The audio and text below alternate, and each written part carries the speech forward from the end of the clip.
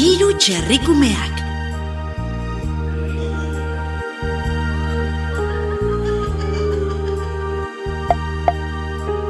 Beinola izan ziren hiru txerrikume. Txerrikume bakoitzak bere etxea egitea pentsatu zuen.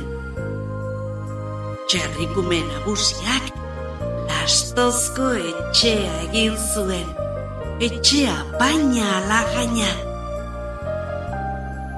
Txerrikume ertainak zurezko etxea egin zuen. Etxe txukuna nire gutxuna.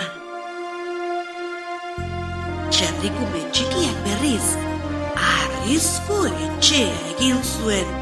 Etxe sendoa alaiainkoa. Egun batean, Otsoa txerrikume nagusiaren etxera joan zen. Kas, kas, kas, ireki atea! Esan zion Otsoak. Ez, jan egingo nauzuta. Erantzun zion txerrikumeak. Putz eta putz!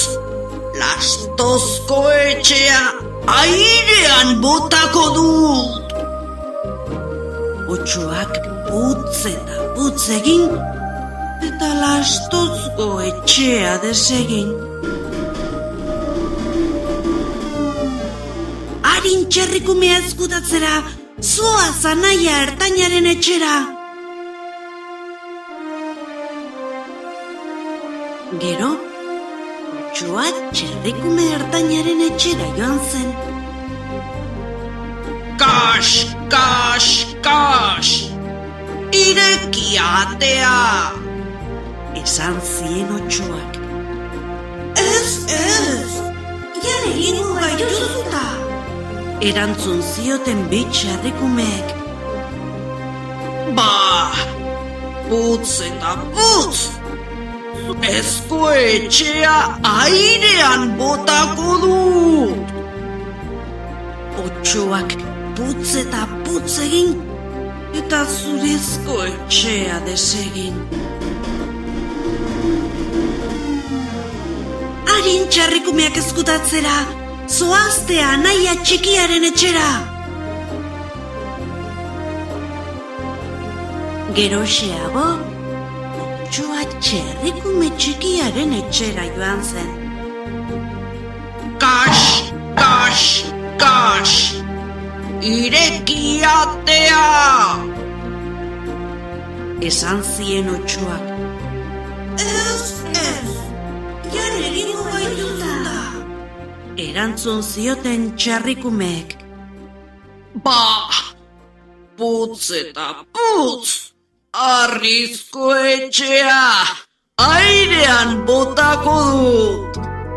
Otsoak putz eta putz egin, baina harrizko etxea bota ezin. Alde, Otsoa, utzi bakean hiru txerrikumetxoak. Baina Otsoa ez zen joan. Ez, teiatura igo zen. Tximiniatik sartu zen. Eta zer gertatu zen?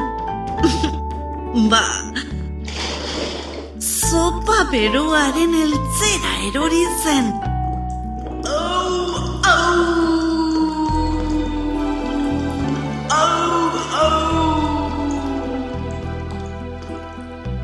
Buztana erreta, ipurdiak iskalita, zuziria bezala Otsoa gorrika.